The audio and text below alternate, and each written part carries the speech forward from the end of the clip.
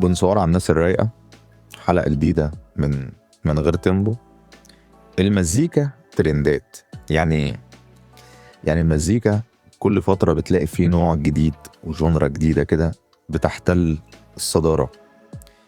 لو رجعت للعشرينات مثلا، طبعا احنا في العشرينات من القرن الجديد، بس لو رجعنا للعشرينات من القرن العشرين هتلاقي ان الجاز كان هو اللي مسيطر. كانت الموسيقى العالمية وقتها، فضل مكمل الثلاثينات والاربعينات. دخلنا على الخمسينات، بدأ يظهر الروك اند رول، وبدأ البلوز ينبثق من قلب الجاز وياخد وضعه شوية. وانت داخل على الستينات كان في المودرن بوب، وبعدين بدأ يظهر في الستينات برضو السول، راي تشارلز، وبعدين بدأ يدخل معاه الفانك، جيمس براون. وبعدين السبعينات بقى في ديسكو، بدأ يظهر بقى باندات زي البي جيز. الثمانينات الروك بدأ ياخد وضعه شوية كده بقى مع كوين، فاهم؟ كان في السبعينات برضو يعني. بعدها في بقى ميتال بقى ميتاليكا، وبعدين بقى في الديسكو اتطورت في الثمانينات اكتر، وبدأ يدخل فيها اللي هو السينيتايزر، بدأ يدخل في الديسكو. خلنا في التسعينات بقى في الهاوس، الديسكو خلص وبقى هاوس، يعني فاهم ازاي، وترانس. وبدأ يخش بقى الراب والهيب هوب بقى ايه، كان لسه بادئ في الثمانينات مع الام دبليو اي، ايس كيوب. دخلنا على التسعينات بدأ يظهر توباك وبيجي واللي هو بقى الجولدن ايج ايرا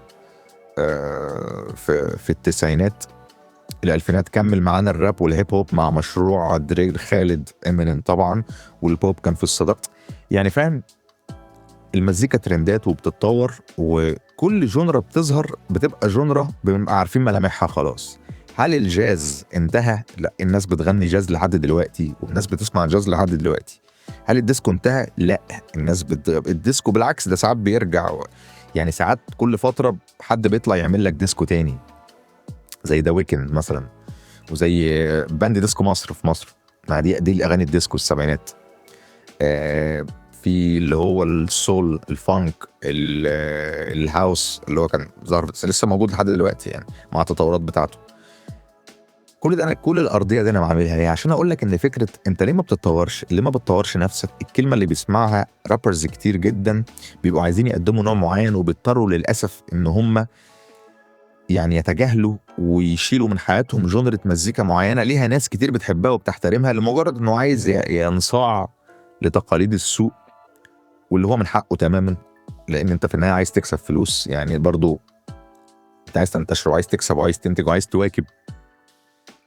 مشكلتي انك بتسميها تطور، انا مش عارف ايه التطور يعني ايه تطور؟ انت بتغني حاجة تانية خالص. يعني انا مثلا لما اكون بغني جاز وبعدين قمت مغني على مزيكا ديسكو، انا اتطورت ولا انا غنيت نوع مزيكا تاني؟ يعني ما انا مش يعني مثلا اغنية البخت الويجز بيقول لك ايه، والله وقعد بفكر فيك كتير، بالي عليك مشغول، وانا بتصعب علي حالي، وانا بكتب لك كلام معسول، بعيد عن عيني ويا عيني مع غيري. يعني هل ده راب يا جماعة؟ هل ده راب ولا ده يعني؟ انا سامع ار ام بي، انا بسمع بوب، اغنية جميلة جدا واللحن رائع، وانا بسمع اغنية بوب، بسمع اغنية بوب او ار ام بي يعني. فانت دلوقتي انت بتقول جر شكل زوري مركب عجل، احتمالات سكوت انتحرت، وانا ممكن ادي لك مثل، وبعدين قمت قايل مثلا ايه، حبيبي يا نور العين يا ساكن خيالي. هل انت اتطورت هنا؟ ده تطور ولا ده ايه؟ يعني انت كده بتغني نوع تاني من المزيكا، فانت بتسميه تطور. انا ممكن نسميه، يعني انا ممكن نسميه مواكبة. انا هعمل ده عشان هو ده اللي الناس عايزاه دلوقتي، وهو ده الترند، وهو الناس بتحب ده دلوقتي، فهنعمل ده. فانت بتطور نفسك ما بتطورش نفسك. يعني الرابر مغني طيب عشان يطور نفسه؟ انا مش فاهم يعني. ولا يفضل يغني راب بس نغير البيت، نخليها تراب بيت مثلا، او نخليها مامبل جيل. هي في النهايه تفضيلات. هو من مميزات العصر اللي احنا عايشين فيه ده ان بقى في جمهور لكل جونرة مزيكا، ده ما كانش موجود زمان زي دلوقتي. الانترنت تساهم في الحكايه دي قوي يعني. ففي ناس بشوفهم دلوقتي موجودين في العالم، يعني ناس مثلا بتلاقيه نجم في الجاز، ما بيغني جاز بس، وعنده جمهور وممكن تلاقيه بيلف العالم وبيعمل حفلات، مع انه بيغني جونرة مزيكا عمرها حرفيا تخطى ال100 سنة، مش ما بقالهاش 30 سنة. احنا بنغني الراب اللي كان بيتقدم في التسعينات، اللي التسعينات دي كانت من 30 سنة، من 20 30 سنة، اللي هو في زمن في عمر المزيكا امبارح بالليل يعني. ف طور نفسك دي جملة مش مفهومة. انت ممكن تقول واكب ما يحدث، سيبك بقى من البوم باب والاولد والكلام ده، الناس ما بتحبش الحاجات ده، النوع ده اصلا من المزيكا، فك محدش مهتم. خش يا معلم اوتو تيون بقى ونغم لي الدنيا دي، عشان احنا داخلين على احنا عايزين نغم، هو ده اللي ظابط. وانا راجل اصلا بحب الغنى وبحب النغمه، مش مشكله فيه خالص، انا مشكلتي بس في المسميات يعني توباك وبيجي و دري ودي ام اكس جاي زي، الناس دي كانت ملهاش فيها بقى. انا فاكر كان في واحد من الفانز، مش من الفانز، واحد مش من الفانز، واحد من اللي هم مش بيطوقوني يعني، دخل معايا في نقاش عنيف جدا عن موضوع التطور ومش التطور يعني. ففي وسط الكلام فكان بيتكلم على تراك كيك سنير تراك اولد سكول، انا منزله من كام اسبوع كده، وهو اولد سكول صرف، انا براب فيه راب اولد سكول، سيلابلز اولد سكيلز، اللي هي الحاجات اللي هي الراب البيور كما ظهر يعني. مش عاجباه الحكايه دي، بيقول لي انت بتغني راب من 2009.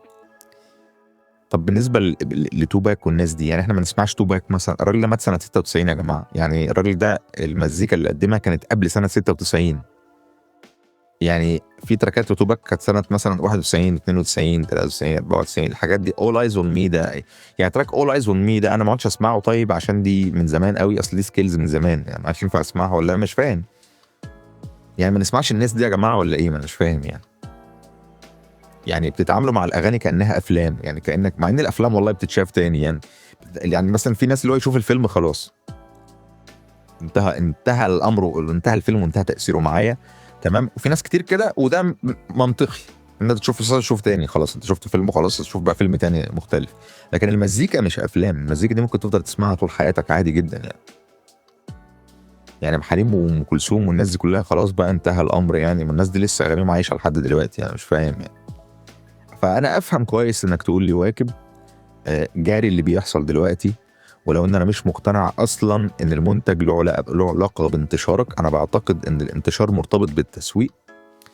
الدليل على كده ان البوم مثلا اصله عربي لاحمد مكي كان البوم كله بوم باب وراب اولد سكول، وانتشر واتشهر لانه اتسوق له كويس، مش لان الناس عايزه تسمع ده. الناس ما بتحبش اصلا الراب الاولد سكول في مصر، والتراكات الراب الاولد سكول على البيتس البوم باب في مصر لا تستهوي المزاج الشعبي المصري خالص. مزاج المصريين مش كارف عليها، عمرها ما ظبطت ولا هتظبط معاهم الحكايه دي.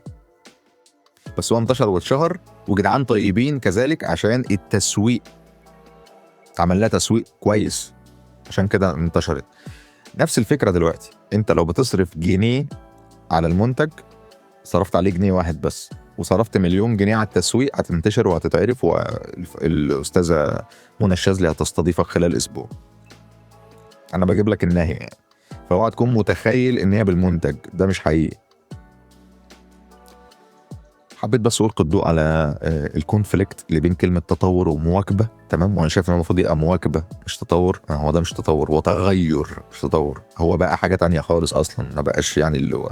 بس أنتوا بمدام بتسموه راب خلاص يا جماعة، ما هو إحنا يعني هو ده الواقع، وأنتوا بتسموه راب خلاص، هنعمل إيه إحنا؟ إيه هنعمل لكم إيه؟ خلاص سموه راب براحتكم يعني. هل إحنا مش هنقدمه؟ لا أنا قدمته يعني، أنا قدمت كل حاجة، قدمت R&B وغنى وبوب، وقدمت كل حاجه. كل ما تشتهي الانفس موجوده على قناتي، هسيب لكم لينك القناه، اللي هو في ناس جت على برنامج من غير تب وما تعرفش القناه الاصليه بتاعت الاغاني اصلا، هحطها لكم برضو. واتمنى تكونوا استمتعتوا بالحلقه، واشوفكم الحلقه الجايه من غير تب.